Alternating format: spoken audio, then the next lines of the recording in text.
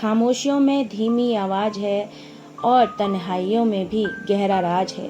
मिलते नहीं सच्चे दोस्त यहाँ, तुम जो मिले तो हमें खुद पर नाज है। दोस्तों, दोस्ती जो होती है वो बहुत कम लोगों को ऐसे दोस्त मिलते हैं जो उम्र भर साथ देते हैं, लेकिन कुछ दोस्त ऐसे भी होते हैं जो मुसीबत के वक्त अपना साथ छोड़ देते हैं, और जब अच्छा टाइम रहता है तब तो हमारे साथ रहते हैं, लेकिन मुसीबत के समय हमारा साथ छोड़ देते हैं तो वो हमारे दोस्त नहीं कहलाते।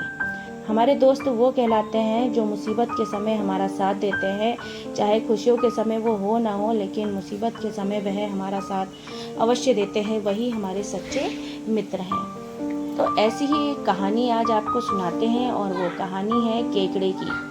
केकड़ा जो समुद्र किनारे रहता है और अपने पैरों के निशानों को देख देख कर वो बहुत खुश होता है।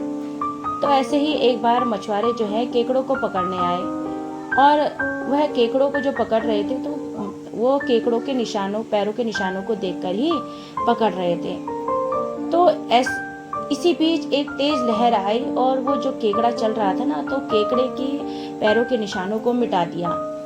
अब केकड़ा लहरों से कहने लगा कि तुम तो मेरी सच्ची मित्र हो, और तुमने मेरे पैरों के निशानों को मिटा दिया जिनको देखकर मैं खुश हो रहा था।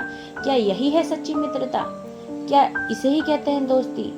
तो वो लहर कहने लगी कि अगर मैं तुम्हारे पैरों के निशानों को नहीं मिटाती तो वो जो मछुआरे आ रहे हैं पीछे से केकड़ों के पैरों को निशानों को देखते हुए वो तुम्हें भी पकड़ लेते, और ऐसा मैं नहीं चाहती थी, इसलिए मैंने तुम्हारे पैरों के निशानों को मिटा दिया।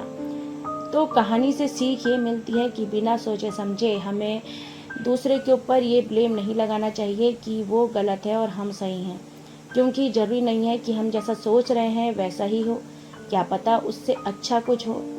इसलिए हमेशा पहले हमें उस बात की गहराई तक पहुंचना चाहिए कि इसने ऐसा क्यों किया, और अगर हमें ऐसा लग रहा है कि इसने हमारे भले के लिए किया तब तो बहुत अच्छा है, और अगर नहीं भी किया हो तब भी उसमें हमारी भलाई ये है कि हमें अपने सच्चे मित्र के बारे में, हमारा सच्चा मित्र कौन है कौन नहीं है, इसके बारे में पता चल जाता है। इसलिए हमेशा अपना एक पॉजिटिव वे रखना चाहिए कि आप जो भी सोचो पॉजिटिव सोचो, क्योंकि जितना पॉजिटिव हम सोचेंगे उतना ही हेल्थ पर हमारी असर होगा, हमारी हेल्थ अच्छी रहेगी। क्योंकि निगेटिव बातें जितना हम सोचते रहते हैं तो उससे हमारी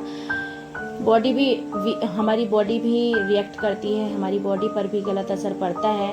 इसलिए हमेशा अच्छा सोचने की कोशिश करनी चाहिए और अपने आप को बेहतर बनाना चाहिए। तो दोस्तों, आज की कहानी इतनी ही। अगर आपको अच्छी लगी हो तो प्लीज़ लाइक, शेयर और सब्सक्राइब जरूर कर दीजिएगा। Thank you very much.